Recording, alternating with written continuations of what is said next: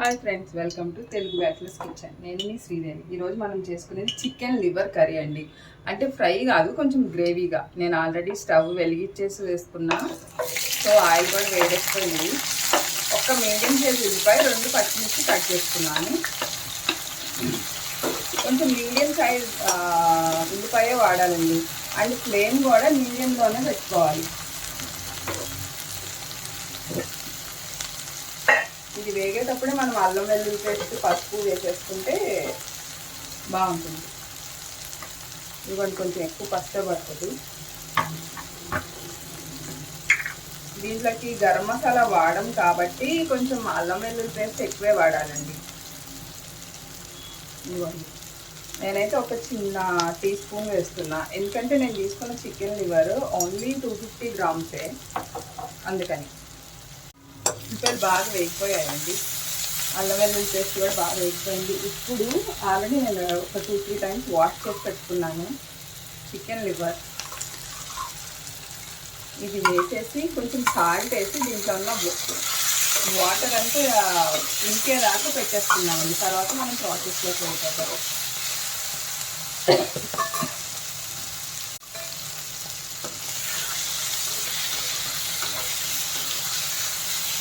Actually ఇట్లా fry చేసుకున్నా బాగుంటుంది, కానీ కొంచెం అన్నంలోకి కలిపితే అన్నంలోకి బాగుంటుంది, చపాతీలోకి కూడా బాగుంటుంది కదా.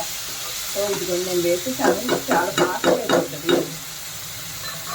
కొంచెం దీంట్లో ఉన్న నీరంతా బయటకు వచ్చి మధ్య దాకా ఉంచుకొని నెక్స్ట్ ప్రాసెస్ చూసుకుందాం. ఎంతవరకు వేగిందో చూసుకుందాం. ఆల్మోస్ట్ వేగిపోయిందండి. ఇప్పుడు మనం ఆల్రెడీ నేను ఒకటే టమాటా కట్ చేసి పెట్టుకున్నాను.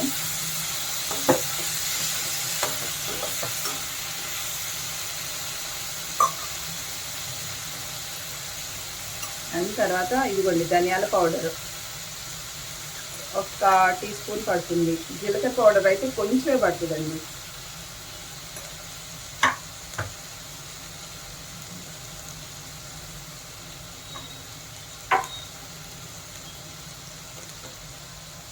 కొంచెం కొబ్బరి పౌడర్ వేసుకుంటే కొంచెం గ్రేవీ ఉంటుంది. మరీ ఎక్కువ వేసుకుంటే తీగా వస్తుంది.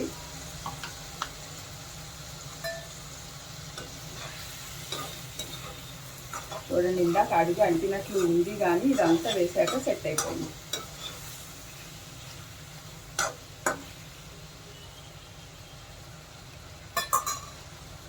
ఇప్పుడు మనం కొంచెం గరం మసాలా వేసుకుందాం.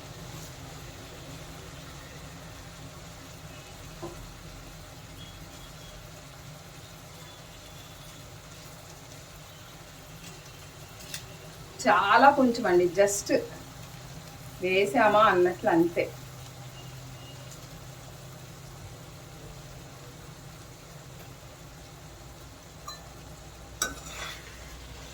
వేసుకొని కొంచెం అటు ఇటు అనుకొని దగ్గరికి అయిపోయిన తర్వాత తీసేసుకుంటాం.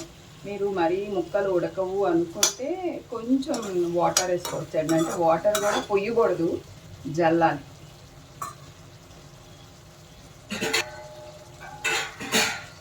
ఇవ్వండి, నేనైతే ఇంత కొంచెం పోస్తున్నా.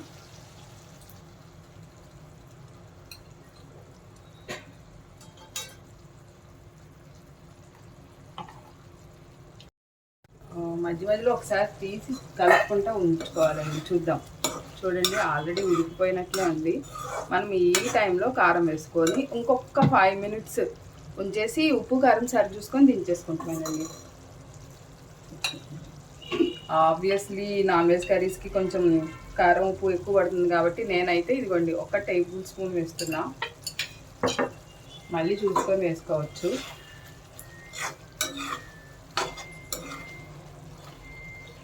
ఇది ఫ్రై చేసుకొని రసం పెట్టుకొని తింటే చాలా బాగుంటుంది.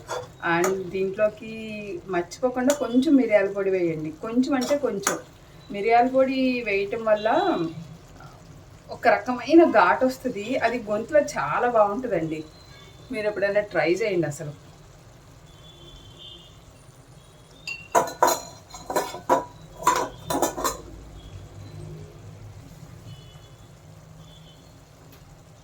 నేను చూడండి జస్ట్ కొంచెం స్ప్రింకిల్ చేస్తున్నా అంతే.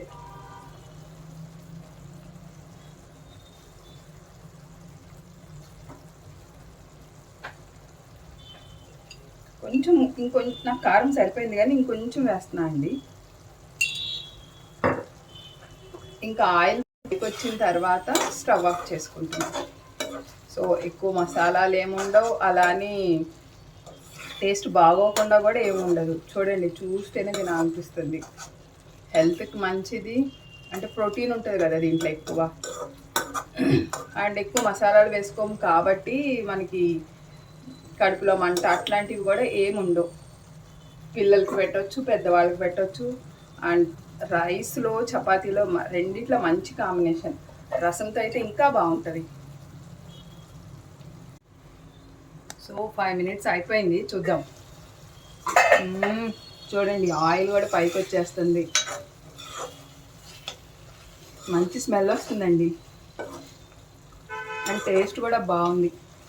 సో ఇదండి ఈరోజు మన లివర్ గ్రేవీ కర్రీ. సింపుల్గా ఎగ్జాక్ట్లీ నాకు 10 మినిట్సే పట్టిందండి. మీరు చేసుకోండి. ఇంకా దీంట్లో ఆకుకూర కూడా వేస్తే బాగుంటుంది అంటారు. మీ సైడ్ ఎలా చేస్తారో, మీ ఇంట్లో ఎలా చేస్తారో కామెంట్ చేయటం మర్చిపోకండి. Thank you for watching.